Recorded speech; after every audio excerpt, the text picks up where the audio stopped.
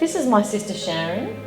Sharyn suffered a traumatic brainstem injury in a traffic crash just before her 24th birthday. Sharyn was travelling down to visit me in Sydney with a friend of hers who was relocating for work. I was really looking forward to seeing her because I hadn't seen her for a while. I was met by my flatmate in the street as I was heading home, who indicated that something serious had happened. I then went into a bit of shock and began to make my way to the Prince Henry Hospital, not knowing what we were going to find.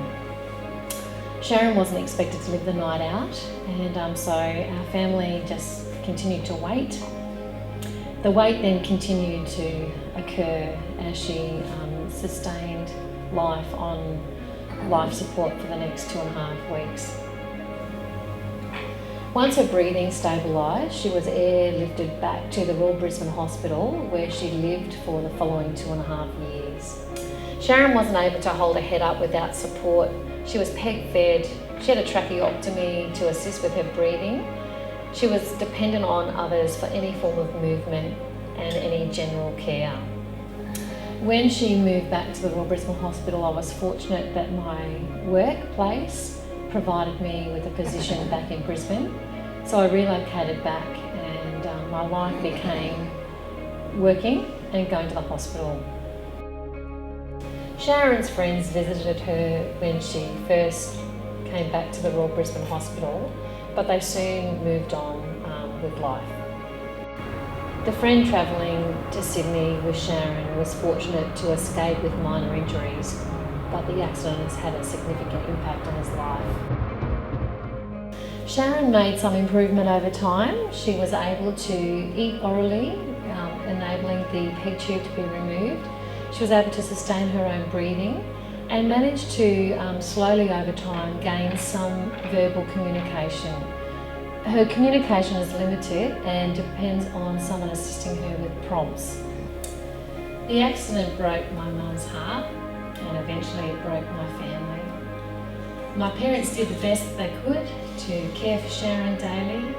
Mum gave up her full-time job, and with the assistance of blue nurses, she would bring Sharyn home every day and have the assistants to change her and give her a rest. Between Dad and I, we would assist Sharyn in the evenings and take her back to the hospital.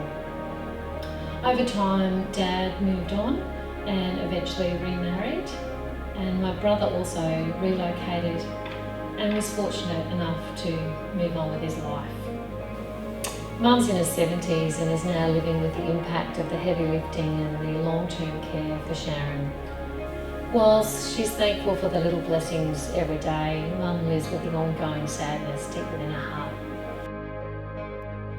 A traumatic road crash has a significant impact on the community, from the first responders like the truck driver, the ambulance, police, the air ambulance, the neurosurgeons, the intensive care staff, to the longer term where doctors, nurses, physios, OTs, social workers. There are many people involved with someone who suffers an acquired brain injury. It also has a significant cost on our hospital and health facilities. As I mentioned, Sharyn was in the Royal Brisbane Hospital for 2.5 years with no alternative solution.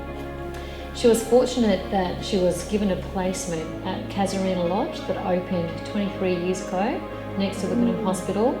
That gave her a young life with access to therapy and engagement with others of her own age. Sharyn never made a meaningful recovery and still requires 24/7 care. Sharyn never made it home.